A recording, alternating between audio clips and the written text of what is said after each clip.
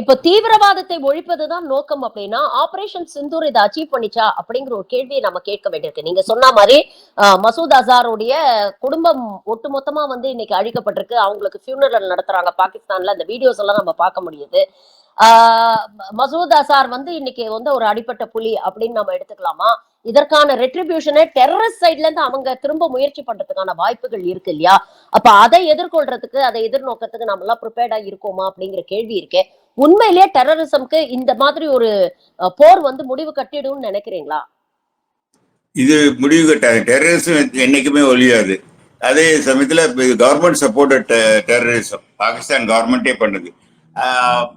Government support இல்லாம அந்த ஆள் இண்டிவிஜுவலா ஒன்றும் பண்ண முடியாது. ஸோ அதனால பாகிஸ்தான் கவர்மெண்ட் அன்ஸ்டேபிள் கவர்மெண்ட். அங்க ஏதாவது ப்ராப்ளம் இருக்கு, பொலிட்டிக்கல் ப்ராப்ளம், இன்டர்னல் ப்ராப்ளம், அவங்களுக்குள்ள ப்ராப்ளம். ஸோ அதை வந்து ஓவர் கம் பண்றதுக்காக இந்த மாதிரி டெரரிஸ்ட் மூலமா இந்தியாவை தோண்டிக்கிட்டே இருப்பாங்க.